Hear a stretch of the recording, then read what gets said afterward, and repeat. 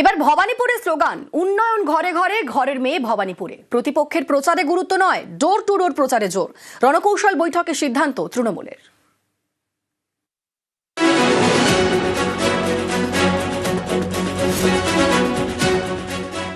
আমি দাঁড়াচ্ছি আমাদের পার্টির পক্ষ থেকে। আমার মানুষের প্রতি বিশ্বাস আছে। আমি 365 দিন কাজ করি। দুর্গা পুজো থেকে শুরু করে, কালী পুজো থেকে শুরু করে, গুরুদ্বারা থেকে শুরু করে, মানস্তম্ভ থেকে শুরু করে, ঈদ থেকে শুরু করে, আমি সব কটা দায়িত্ব এবং দায়বদ্ধতা সারা বছর 365 দিন ধরে পালন করি। আমার কাছে এটা একদিনের লড়াই নয়, 365 দিন মানুষের সাথে থাকি। মুখ্যমন্ত্রীর কেন্দ্র ভবানীপুর। ভবানীপুরে নিজের অফিসে বৃহস্পতিবার রণকৌশল বৈঠক সারলেন তৃণমূলের রাজ্য সভাপতি সুব্রত বক্সী।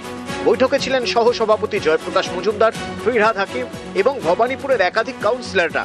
তৃণমূল নেত্রী নির্বাচনী কেন্দ্রে কিভাবে প্রচারে ঝড় তুলতে হবে সেটাই ছকে ফেলা হয়েছে এই বৈঠকে। ঠিক হয়েছে নয়া স্লোগান। এবার ভবানীপুরে তৃণমূলের স্লোগান উন্নয়ন ঘরে ঘরে, ঘরের মেয়ে ভবানীপুরে। উন্নয়ন ঘরে ঘরে, ঘরের মেয়ে ভবানীপুরে, এটাই মূল উদ্দেশ্য আমাদের। তৃণমূলের দুর্গ ভবানীপুর, সেখানে জোর দেওয়া হচ্ছে ডোর টু ডোর প্রচারে। এদিনের বৈঠকে সিদ্ধান্ত নেওয়া হয়েছে ভবানীপুরের প্রতিটি বহুতলে এবং বাড়ি বাড়ি গিয়ে প্রচার করা হবে। প্রয়োজনে একই বাড়িতে একাধিকবার যেতে হবে। মমতা বন্দ্যোপাধ্যায় একাধিক সভা এবং মিছিল করবেন।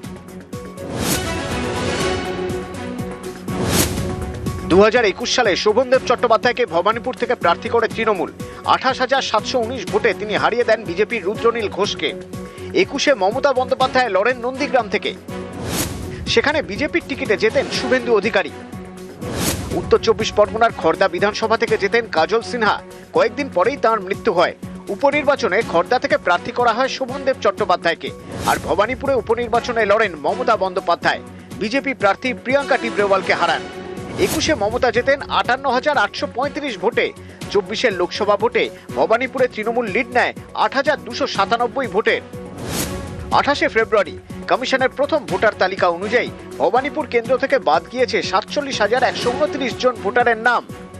In my constituency, I told you 60,000. Instead of that, I will win from Bhawanipur. Even there is a one vote. মুখ্যমন্ত্রীর কেন্দ্র, প্রতিপক্ষ বিরোধী দলনেতা একে গুরুত্ব দিচ্ছে না তৃণমূল। তাদের টার্গেট ভবানীপুরে জয়ের মার্জিন 21-এর থেকেও বাড়ানো। গোটা রাজ্যের যিনি মুখ্যমন্ত্রী তিনি ভবানীপুরের ঘরের মেয়ে।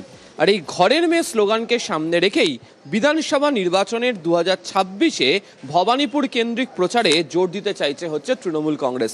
একই সঙ্গে বুঝিয়ে দেওয়ার প্রচেষ্টা 2021-এর উপনির্বাচনে যে ব্যবধান বিরোধী প্রার্থীর সঙ্গে তৃণমূল কংগ্রেসের মমতা বন্দ্যোপাধ্যায় করেছিলেন, সেই 58,000 ভোটের ব্যবধানকে ছাপিয়ে গিয়ে যেন 60,000-এর বেশি ভোট তৃণমূল কংগ্রেস পেতে পারে। সেই রণকৌশল নিয়েই তৃণমূল কংগ্রেস আগামী দিনে ভবানীপুর জুড়ে প্রচার করার সিদ্ধান্ত নিল।